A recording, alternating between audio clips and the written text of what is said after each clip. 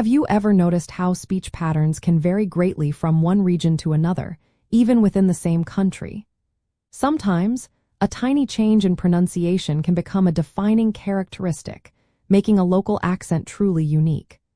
One such interesting linguistic feature often associated with Boston is the idea of dropping the G from ing word endings. The direct answer to whether all Bostonians drop the G in everyday talk is no, not everyone does.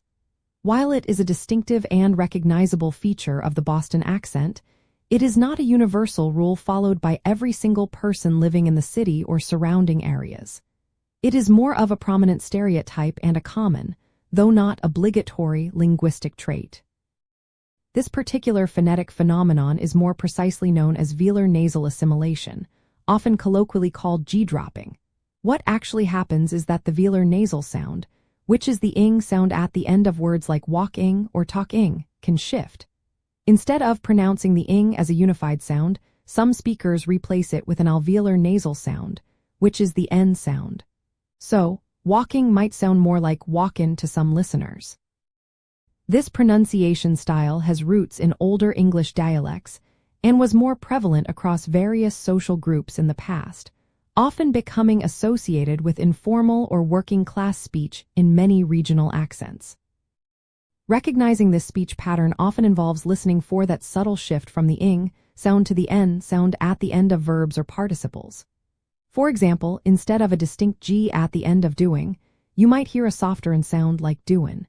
It is not just about the specific sound, but also about the rhythm and intonation of speech. You might notice it more in casual conversations, during quick exchanges, or when someone is speaking passionately. It is a natural part of how some people communicate, rather than an intentional alteration of words. An interesting insight into this is understanding that such features are often unconscious acts of speech, known as linguistic variables, and they can vary significantly even within a local population.